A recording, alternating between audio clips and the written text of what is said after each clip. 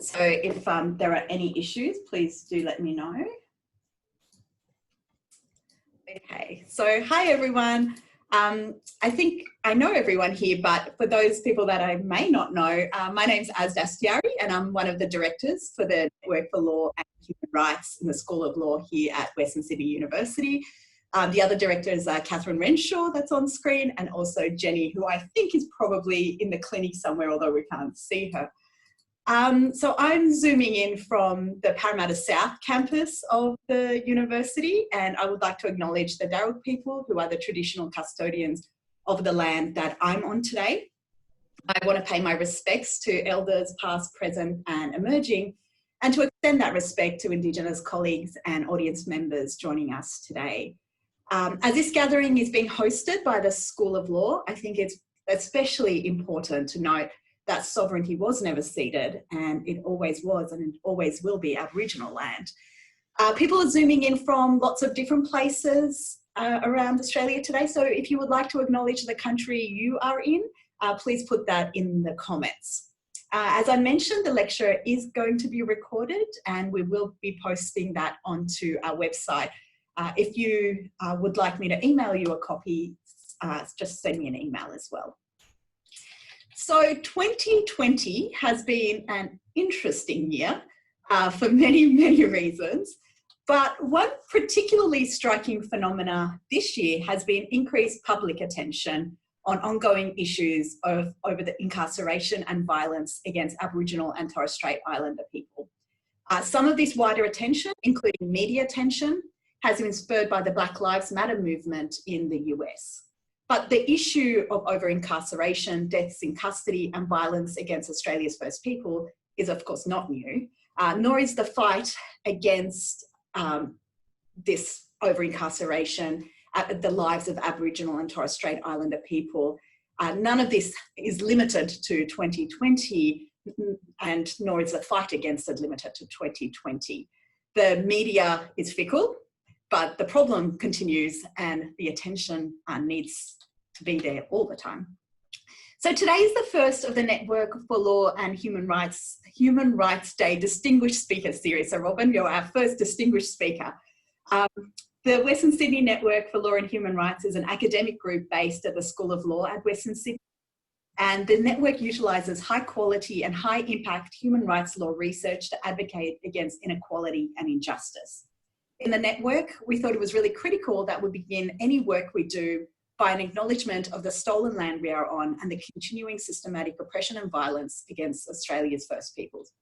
We are extremely grateful today for the generosity of our distinguished speaker, Robyn Oxley, who accepted an invitation to speak to us about the Black Lives Matter movement in Australia. Robyn has also kindly agreed to answer questions. So if you have any questions, please either message me or Catherine privately, and Catherine is going to be moderating the questions for us today. If you would prefer to ask your question openly, that's perfectly fine as well. You can do either. So Robyn is a Tharawal woman from southwest Sydney with family connections to Yorta Yorta. She is an activist, an academic in the space of the criminal justice system and Aboriginal rights to self-determination.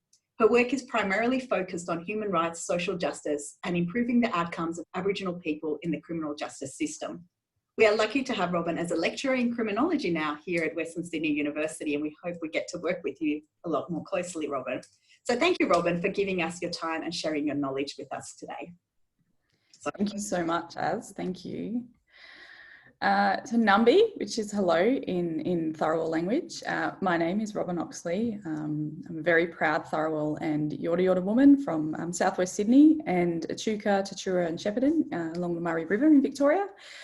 I'm a freshwater woman. I'm an activist, as Az said, for Aboriginal people and their rights, in their fight for human rights.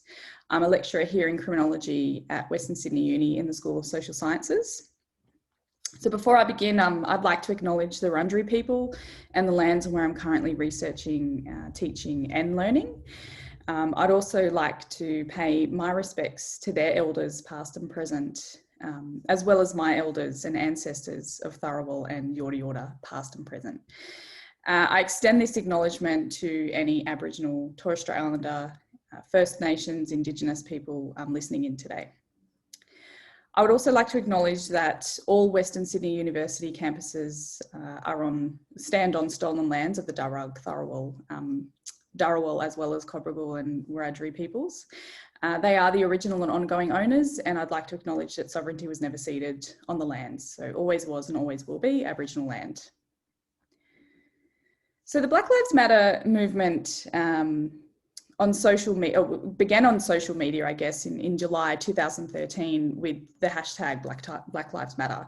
This was after the acquittal of George Zimmerman, who shot African-American teen Trayvon Martin 17 months earlier in February 2012. So although the hashtag officially began in the US in relation to the racist methods of policing through racial profiling and the abuse of police powers in Australia, Aboriginal and Torres Strait Islander people and allies have been fighting for Black Lives Matter since colonisation began in 1788. So the Black Lives Matter movement ignited protests in Australia, with Aboriginal deaths in custody increasing at a higher rate than that of 10 years leading up to the Royal Commission into Aboriginal deaths in custody in 1989. So the Black Lives Matter movement also ignited tensions within the US and all around the world, with calls to dismantle and defund police. So before I begin, I'm going to share a reflection with you because I want to acknowledge the tireless work that goes into grassroots campaigning for Aboriginal and Torres Strait Islander rights. Now, these campaigns are fighting for a better future, but not only for this generation, but for generations to come. So every battle, every protest, every petition, we do this to improve the lives of Aboriginal and Torres Strait Islander communities, and we undertake them with the future generations in mind. So this is our legacy for survival. So as the stolen generations were forcibly removed from families, the massacres and the inhumane treatment of our ancestors was their legacy for our survival. So to provide an overview of Black Lives Matter movement in Australia and how it sparked ongoing conversations regarding the growing numbers of Aboriginal deaths in custody and overrepresentation in the criminal justice system, this also included police brutality and systemic racism. So since 1991, when the Royal Commission into Aboriginal deaths in custody handed down its reports, its report with 339 recommendations to improve outcomes for Aboriginal and Torres Strait Islander people, there have been well over 430 reported Aboriginal and Torres Strait Islander people die in custody. So for Australia to face the realities of dying in custody under the protection of the criminal justice system, an international death by police brutality occurred. George Floyd was killed by when Derek Chauvin, then Minneapolis police officer, held his knee firmly to George Floyd's neck, ignoring his calls that he couldn't breathe. Now, this sparked and caused international uproar, particularly in relation to how people of colour, African Americans in this instance in America, are mistreated by police. So as previously stated, the purpose, I guess, of this is purely from an Aboriginal standpoint and response to the Aboriginal Lives Matter movement as well in relation to Australia. So to break this down, I'm going to be as blunt as possible to ensure that non-Aboriginal people understand that the impact of police brutality, systemic racism, and dismantling those systems and what that means or what that impact has on Aboriginal and Torres Strait Islander communities. So of the 430 plus Aboriginal and Torres Strait Islander people who've died in custody, it has been at the hands of police, custodial officers, health service workers, anyone who engages or is under the criminal justice system within their employment, whether it's courts, corrections or police. So I guess, for example, I'm going to share with you some of the stories, some of the Aboriginal deaths in custody, and I'm going to say their names and I want you to remember them as I say them. So David Dungay, say his name because these people who have died in custody are more than just a number. They are a person and who was important. So the Dunghutti man from Kempsey died in Sydney's Long Bay Jail on the 29th of December in 2015 after guards rushed to his cell to stop him eating a packet of biscuits. They dragged him to another cell and held his face down and injected him with a sedative. Before he died, he said 12 times that he could not breathe. Tanya Day, we say her name. The Yorta Yorta woman, who was 55, was catching the V-Line service from Echuca to Melbourne on the 5th of December, 2017. This was to see her family. Day had been drinking. Just past Bendigo, about 2 hours into her journey, she started to nod off. The police arrived at 3:10 p.m. and shook Day awake.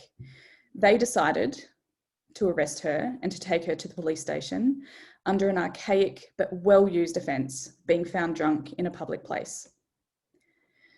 Shortly after 8 p.m, when the police would have been preparing to release Day from custody after a 4-hour spell to sober up, they realised something was wrong. An ambulance was called but did not arrive for almost an hour. By the time Day arrived at Bendigo Hospital, she'd been bleeding from her brain for almost 5 hours as a result of a traumatic injury sustained when she fell unnoticed in her cell. A large black bruise covered her forehead, and she did not wake between the 22nd of December, when she died, in St Vincent's Hospital. Joyce Clark, when we say her name. WA police were called to the Yamaji woman's house by her family, and that during an incident at the address, an officer discharged the firearm, causing the woman to receive a gunshot. Clark's family said they called police for assistance in transferring her to hospital because she was having difficulty at home after recently being released from jail. Kumanjayi Walker, and we say his name. Walker was shot by police when they attempted to arrest him for an outstanding warrant. They took him to the police station where he died while waiting for medical assistance to arrive. Veronica Marie Nelson Walker, and we say her name because in January this year, the Yorta Yorta woman, Veronica Walker, died at Dame Phyllis Frost Centre in Victoria. Walker had been on a community corrections order when she was arrested for shoplifting, and according to her family, Walker was placed in an observation room but heard calling for help. She was reportedly checked on by prison staff at 4 a.m, but not again until she was found dead later that day. The people, not numbers, David Dungay Jr., Tanya Day, Joyce Clark, Kumanjayi Walker, and Veronica Marie Nelson Walker are just a small snippet of the Aboriginal and Torres Strait Islander people who have died in custody recently. There have been authors from the Guardian News who purposefully and carefully have chosen as references throughout those examples that I've given you regarding the deaths, because they've collated this database and information on the numbers of Aboriginal deaths in custody since 2008. So we need to be acknowledging the work that's gone into that. So when speaking on behalf of Black Lives Matter, the centre of the debate must not be about what is happening in other countries, but what is happening in our own country to our own Aboriginal and Torres Strait Islander people. Now, to bring it home to the people that argue all lives matter, and yes, all lives do matter. However, we're talking specifically about Aboriginal people who wanted to eat a packet of briskets, receive medical care, calls for help to be heard, and helped when they fall, all without the fear of dying. Now, this is what the 5 Aboriginal people mentioned wanted. However, they all ended up at Aboriginal death in custody.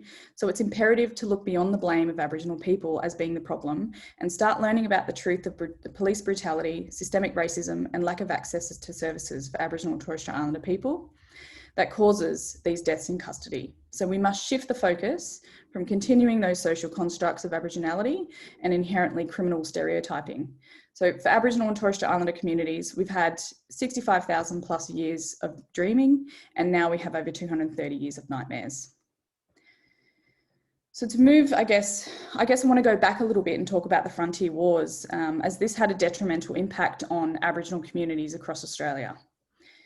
I wanted to share that the Black Lives Matter movement is more than deaths in custody. It is a range of issues that happen for Aboriginal and Torres Strait Islander people within Australia.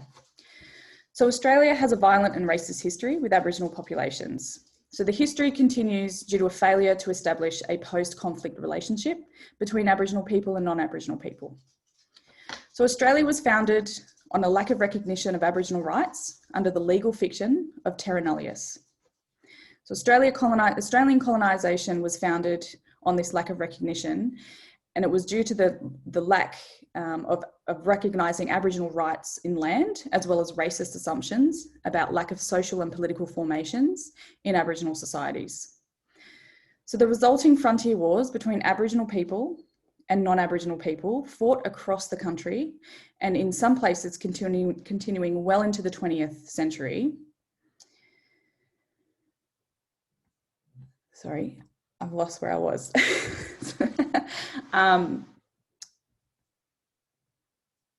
Okay, so, this saw Aboriginal people fighting for their land, their culture and their language. So for Aboriginal people, a sense of purpose and belonging is a part of connection. And this is to country, to culture, law, spirituality, language, kinship, custodianship and identity. So a lack of connection to country leads to a loss of cultural knowledge and responsibility amongst Aboriginal people. So this resulted in hundreds of massacres, which can be viewed through the Colonial Frontier Massacres map, which was established in the University of Newcastle, Ryan et al. I can put all these links up as well for everyone to have a look at. But I mean, this particular map is really, I think, important for everyone to see. It plays from, it shows you across Australia, even the impact of colonisation through these massacres and how European settlers moved across the country. So from the introduction of protection legislation in the colony of Victoria in 1869, we saw protection acts were brought into force around the country. So these acts controlled the lives of Aboriginal people for over a century.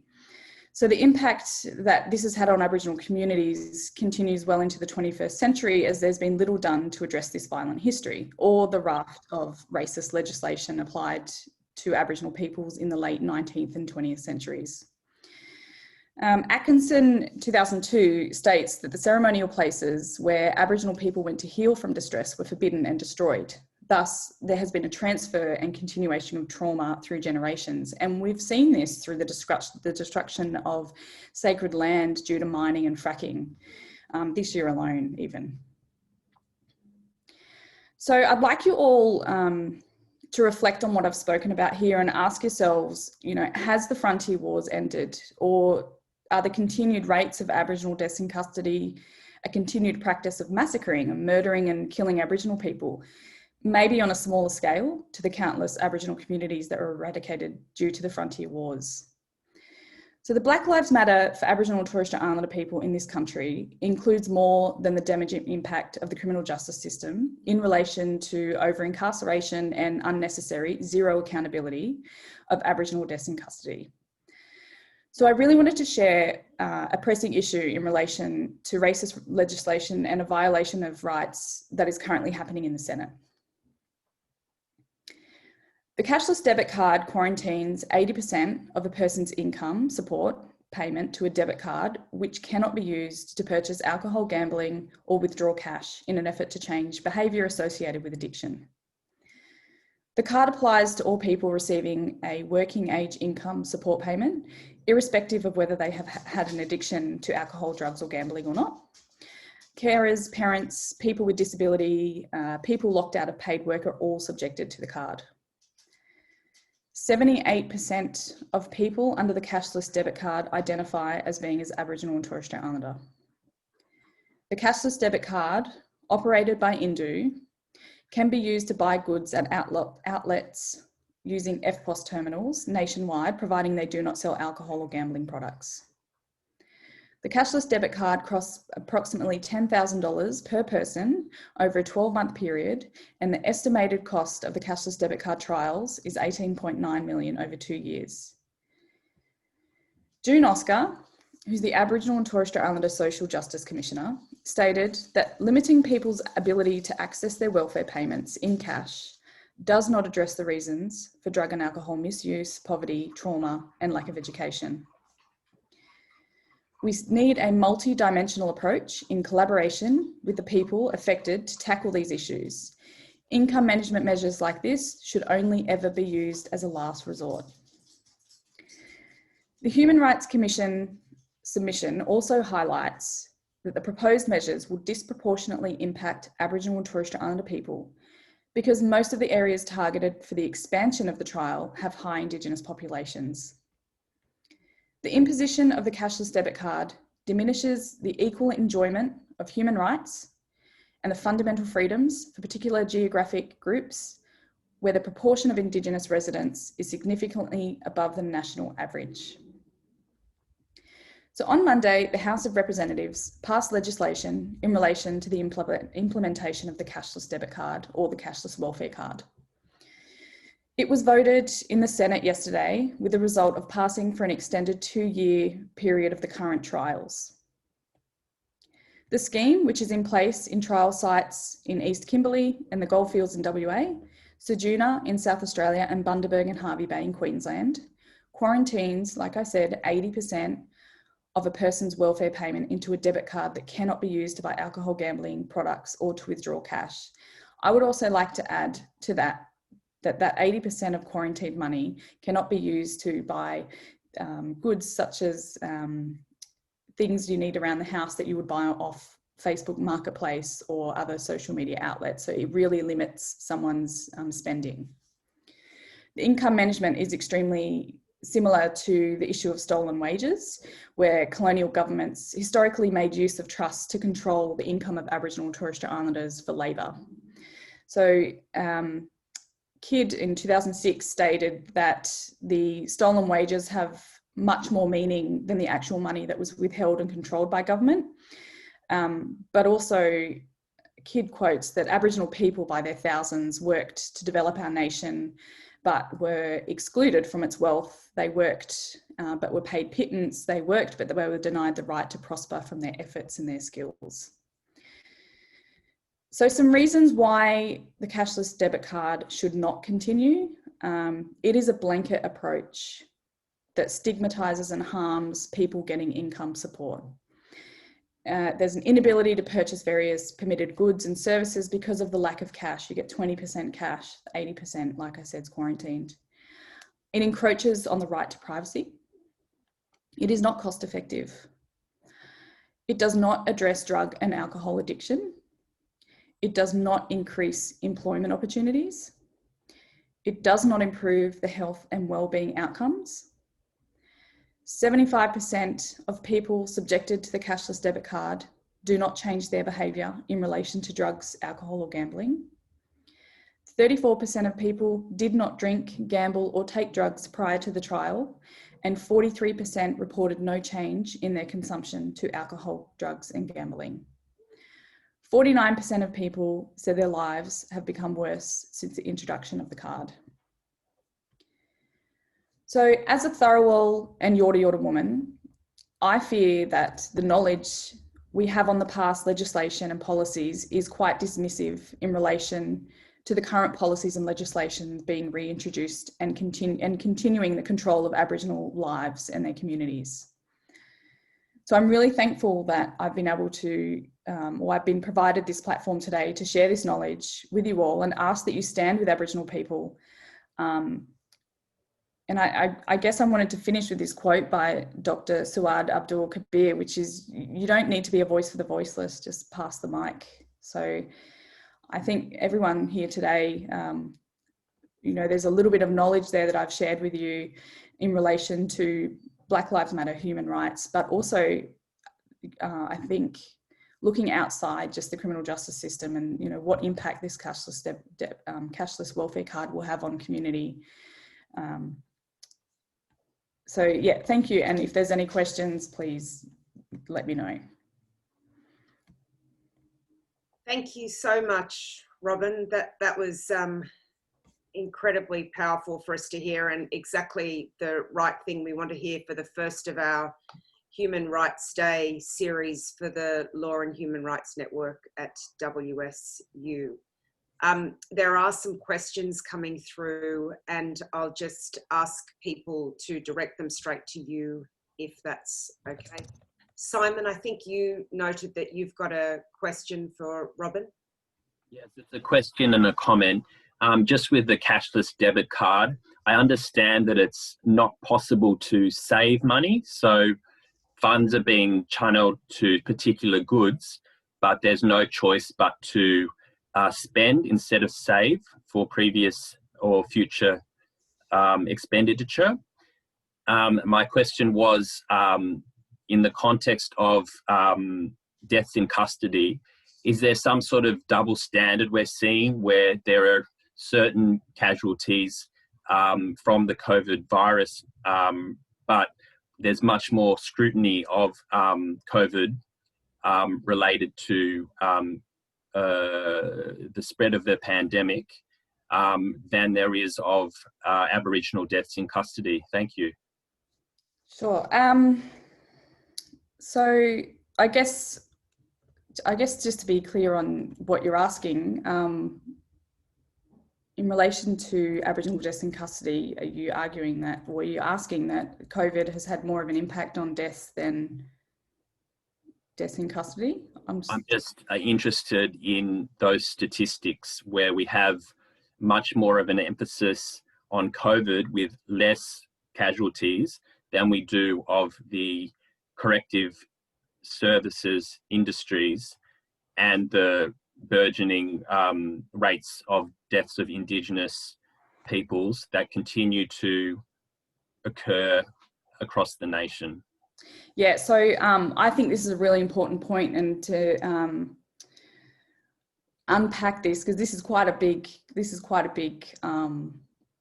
question or area to look into. But you know, when it comes to Aboriginal deaths in custody, there's an over-reliance on policing, there's over-reliance on the criminal justice system, and in relation to COVID, it was seen as a health response. Now, some of the deaths in custody, such as David Dungay Jr., he had diabetes.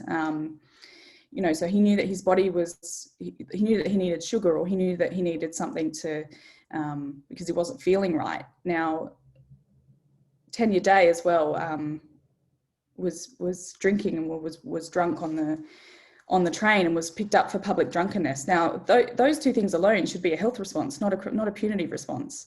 So in relation to Aboriginal people within the criminal justice system, it's always a punitive response. It's never a health response. Whereas we see COVID, it's all about the pandemic. It's a health pandemic. It was labelled that to start with. So, and anything that came under COVID, you know, there was loads of, there's been lots of research come out with family violence and COVID and how that's impacted on Aboriginal communities and families, as well as non-Aboriginal communities and families as well, because everyone was in lockdown and at home. And so I think it will be interesting the next 12 months with what comes out and what we see in relation to police reporting and you know, the rhetoric around policing and policing methods during COVID, as opposed to, you know, when we're in our non-pandemic state. Thanks, Robyn. Patrick has made a comment or a question about the defunding the police issue, and it's pretty interesting because that was something that the public latched onto. They want the police defunded, it's a bridge too far, absurd, etc. So if you have any thoughts about that issue, that would be interesting for us. Yeah, I have lots of thoughts on defunding police, and I also have lots of thoughts on prison abolition, and I think they go hand in hand. So I think, you know, when we look at the criminal justice system, we need to dismantle every part of it, because what's happened is it's like an introduced species into this country. It was designed by white men for white men, therefore everyone underneath it, and you'll see the disproportionate numbers and populations of people in prison is, you know, I guess in Victoria alone, 10% of the prison population is Aboriginal and Torres Strait Islander, whereas we make up 0.9% of the total population in Victoria. Australia-wide, we're, you know, 3.3% of the population, and we make up almost 30% of the prison population. So these disproportionate numbers are very much targeted to the deficits, or what is considered deficits in society. And so what we need to be doing is dismantling those structures, because the criminal justice system is a colonised structure. It is a colonised, like a historical white institution is what I like to call them. So what we need to do is unpack them, and we need to start the partnership from a bottom-up approach, not a top-down dictatorship as of what it is now. And the reason why there's this over-reliance on policing and over-reliance on the criminal justice system, is that the system is not broken. It does exactly what it needs to do. And what it does is instills so much fear and, moral panic, I guess, around certain antisocial behaviour, because it's all a social construct. So all this antisocial behaviour then just equates to this, oh, well, we need this criminal justice system to be in place and we need to be putting people in prison. And, so to unpack all that and to start from, bottom-up approach would be, I think the best way to go. But defunding police, I find it really bizarre that as a society, we clutch at our pearls when anyone says defund police, but it's absolutely okay to take money from education, health, housing, employment, and any other services rendered to the community. So I think, to defund police, it's not just about the money, taking money off them, it's their powers. We've seen even during COVID, there's been so many different examples of police brutality to Aboriginal and Torres Strait Islander people. And to take those powers away from them, that's what defunding police is about. It's about not just about the money, but about the power, the imbalance with society and the criminal justice system and policing. It's about unpacking those policing methods that they use, and and it's not about retraining. You can't retrain. I mean, I don't think there's room for reform. I think we just need to strip it all back. And then if it is about the funding, then we need to be putting those into services that are actually going to assist people in the community rather than continuing the damage.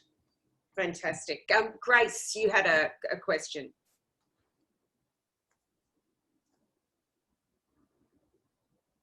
Grace?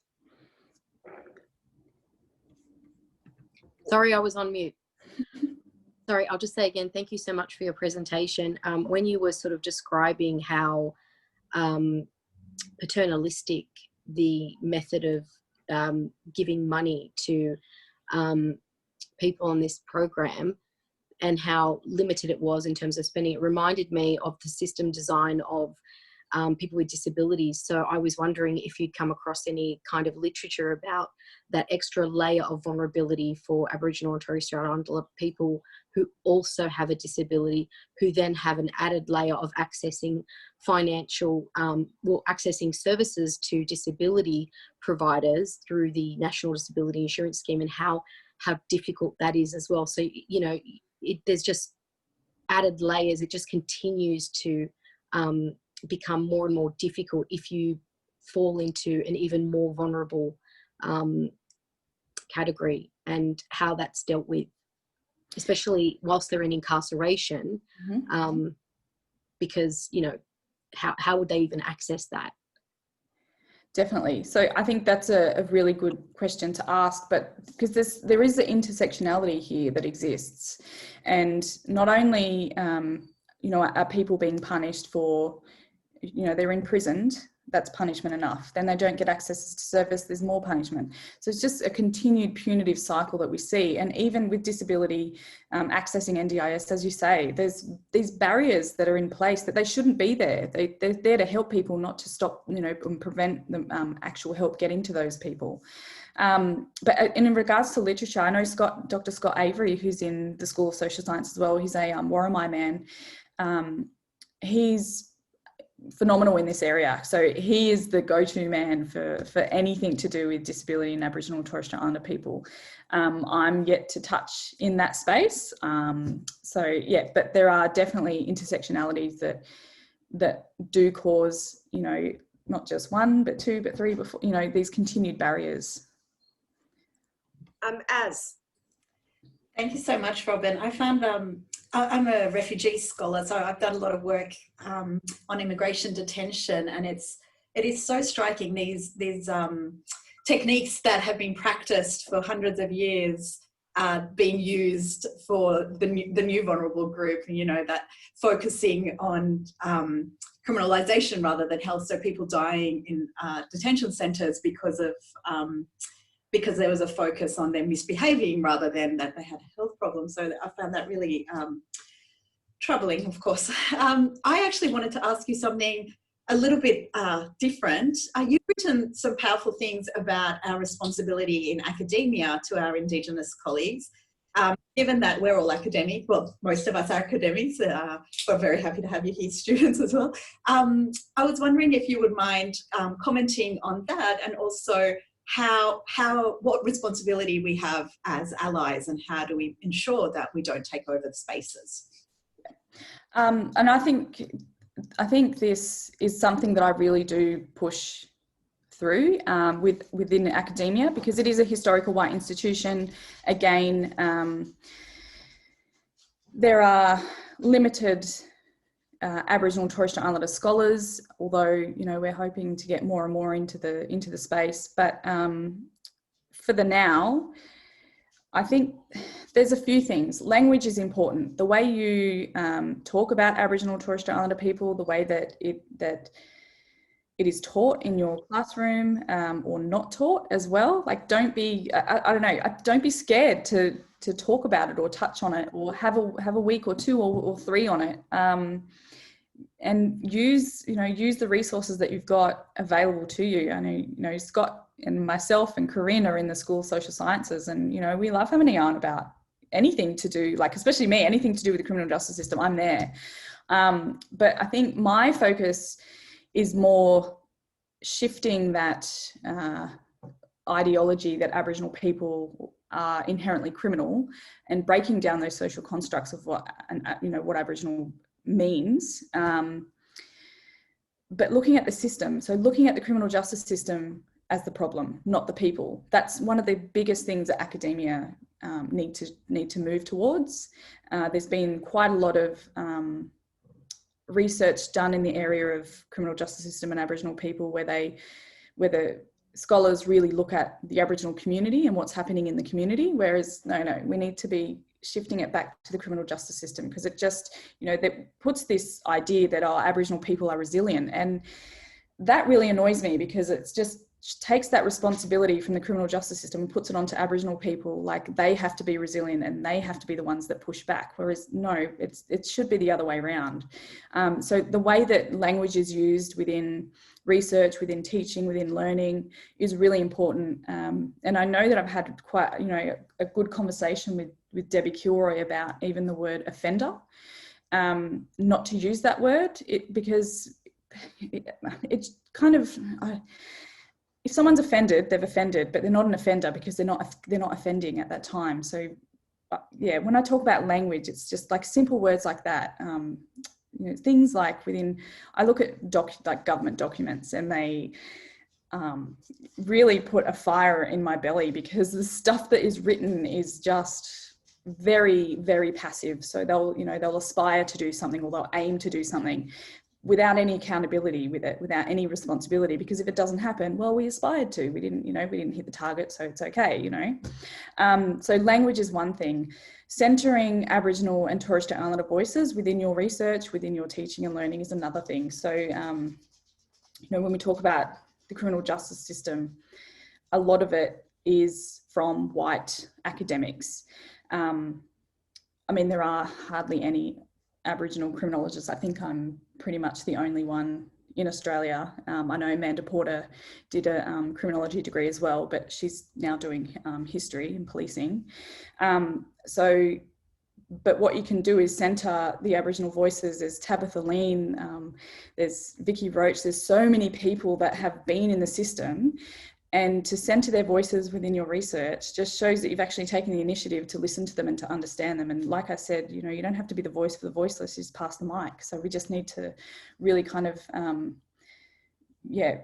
really centering those voices and experiences, and as well as knowledge. Like, that's how you get your knowledge, is through, sharing those experiences. Thanks, Robyn. Anna, did you want to ask a question? Thanks very much, Catherine, and thanks so much, Robyn. I really love hearing you talk, and every time, this is not the first time when I hear you talk, it prompts me to think in different ways, and I really enjoy that intellectual stretch. So thank you so much, and the passion as well that I share with you.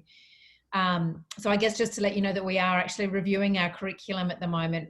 with the focus on Indigenous content and voice and perspective. So it's really great. And I really love that image of hand the mic, but also not being scared to actually just do it. So thank you very much for that. So I just wanted to engage with you a little bit around the defund the police idea. And obviously that's going to be immediately controversial. So the way I talk about it is I talk about Just Reinvest and that really great model in Burke, which is very much about community controlled and Aboriginal led, but it's working with the police rather than saying defund the police, but effectively it's the same, ultimate goal. So do you sort of, does that annoy you when you start talking about in those sort of more collaborative? And I guess I would always talk about it in that way, just because I think you achieve more because you don't get that immediate backup sort of response. Yeah, I think Maranguka is one of the best projects ever to be lifted off the ground. And I think it took a lot of time to get that going, but it was necessary. And I think that's the thing with these types of projects that happen, and they give it a 12-month pilot or so forth, and then they do an assessment, and then they do an evaluation. So with the Maranguka, it really, it was so many different nations that came together, elders that came together, and it was a real bottom up approach partnership, and I really, really love that.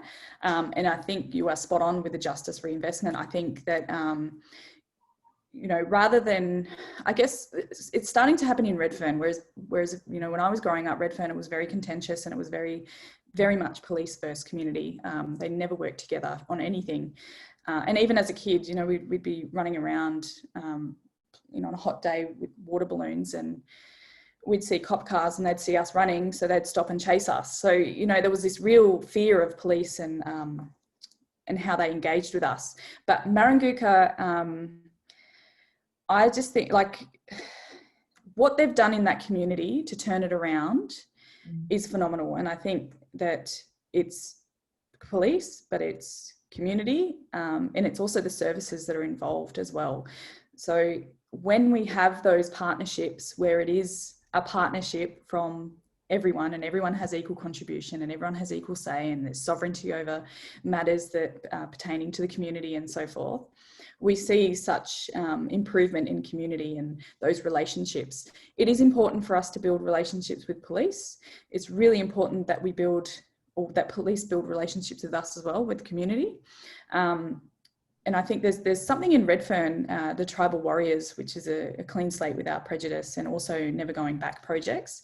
And that was a similar thing to Maranguka. It was built from, bottom up, from grassroots level up, and they've got a really good relationship now. There's something out in Dubbo as well, something very similar. So we're starting to see these things pop up because of Maranguka. So we've got so much to, I guess, look to in Maranguka, and how we can implement that into other communities. Of course, it's not going to be exactly the same, and it shouldn't be, because every nation is different in Australia. So but I completely agree with you. I think justice reinvestment in that space will work, as opposed to, defunding police. It is a bit of a shock when people do hear it, and that says a lot about the culture of the community for me. So thanks, Robyn. Robyn, can I ask you, I'm on Camaragal land, by the way, of the Guringai tribe of the Eora Nations. Can I ask you a question about the voice from the heart, the Uluru Statement from the Heart? So teaching in this area is the most serious thing that a lot of my colleagues and I think about our teaching overall. We worry about it and think about how best to do it, and often we're pretty paralyzed about the best approach to take. And when we're teaching, we try and tell the truth about what happened, and then we show how partial the law's response has been, how weak. Mabo's so weak, really. The apologies, stolen children, also inadequate, really, in a justice and history sense. then the final thing we come to often is the Uluru Statement from the Heart. And the students say, my God, that's all that these people who we've done such injustice to have asked for. And they just can't believe it. They can't believe that it wasn't instantly accepted and implemented. And I just wonder what you think about that, and about teaching in generally. Like Anna said, it's something that occupies so much of our attention. Yeah, I think the Uluru Statement from the Heart, so much went into that, so much research went into it, so much collaboration and dialogue went into that. And I know that Professor Megan Davis is very passionate about the Uluru Statement from the Heart, but I also know that there are others who are not so passionate about Uluru from the Statement from the Heart. And there's a few reasons for that, and there was a lot of community tension going on when this dialogue was happening. So I've heard from people from Wiradjuri who were outcast by the men who were talking in relation to getting the Uluru Statement from the Heart off the ground, as well as, in Victoria here, we've got a treaty. It was the Federal Victorian Treaty of Commission, I think it is. I mean, the thing with the Uluru Statement from the Heart, it's really difficult to have a one blanket approach to something, especially like when we look at a treaty in Victoria, there's 38 different nations just in Victoria alone. So how do you address every single one of them? And every single one has different, different needs and different wants within their treaty negotiations even. But the Uluru, to learn about the Uluru Statement, from the Heart, I think it's imperative that we do talk about it. I think it's imperative that we do learn about it. You know that you can contact Megan Davis and she will bring the statement to your class, and which is really cool. She's very open and generous in that respect. And I think, the way to teach, she's spoken a lot about it. She's done lots of orations. She's done, many talks that are recorded. So you could pull, those resources there, and then you're centering those Aboriginal voices. I think the other thing is, for me, when I teach, I like to have a very safe space for everyone to comment, whether they, don't agree with what you say or do agree. I think as educators, we need to be, especially talking on these issues, because they are contentious, and they are sensitive in nature too. So you want to make sure that, you don't know who is Aboriginal and who's not in your class. So you want to make sure that you give voice to everyone, regardless of their beliefs, because what you will do over the semester is that transformative change in learning. So you'll get them, normally I get them at the start of the semester and they think, oh yeah, all Aboriginal people are criminal. By the end, I've got them, going, oh, the system's, does this to them, so racist, so forth. So I think there's definitely room for non-Aboriginal scholars to be providing that safe space as well. But yeah, like I said, don't be afraid to just get into it. I think it's worse if you don't. I think it's worse if you just, yeah, I mean, I could tell you some stories of a unit I taught at a previous university, and it was race and race, religion and gender. Not one thing on Aboriginal people in it. It's because they were too scared to offend. It's like, well, you're offending me by not doing it. So yeah, don't be scared. I think it's very powerful when, I see a non-academic get up there and teach me about, Aboriginal issues in the criminal justice system. It's very powerful. Thank you. I think we've got time for one more question, if you've got the appetite still for it, Robyn. Patrick was wanting to hear more about restorative justice. If you have any final thoughts on that, as is right, we could could go on forever, but we won't do that to you. Can I interject here? So sorry. I'm just thinking that there's just so many fascinating things. Even Ozzy agreed that we can listen to you for hours. Could I suggest that perhaps in future we could have separate talks? If this is not asking too much, maybe just like one topic on restorative justice, another topic on defunding the police and so on. Okay, maybe you and your colleagues or whatever. So in this way, we can gain the knowledge and can impart that knowledge to our students in the classroom. What do you reckon? Why not? Bring it on. I think the more we share, the better.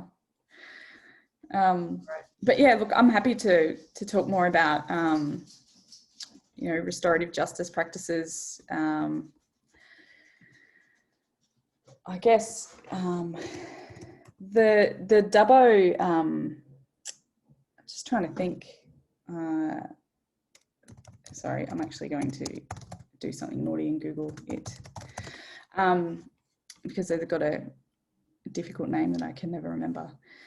I know what we can talk about. Sorry, Patrick. We can talk about circle sentencing and Koori courts because I always like to talk about those two topics. There's I guess, this myth that Koori courts and circle sentencing are a great thing, and they're, you know, very inclusive, and they allow for Aboriginal culture to be included within the criminal justice system. And one of the things that I argue is that this is a very passive approach to addressing recidivism and overrepresentation. So I argue that you know, Aboriginal culture is more than pots of paint. So we are seen as, you know, sitting around painting or in grass skirts and so forth. So these social constructs of what Aboriginal culture is within the criminal justice system is, you know, putting a painting on the wall, having a circle sentence where, you know, we've got a round table, everyone's equal, but actually we're not, because the magistrate still makes the decision on what's happening. Someone has to plead guilty. The Aboriginal person has to plead guilty in order to access that court.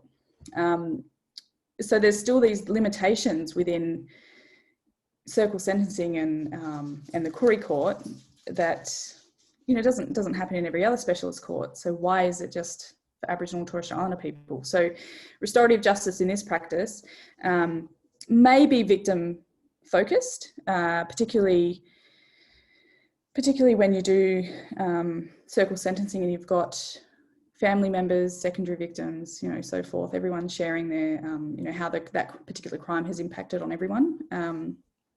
So in that respect, yes, restorative justice, but in fairness and impartiality within you know, courts, I just don't think it's a good fit at all.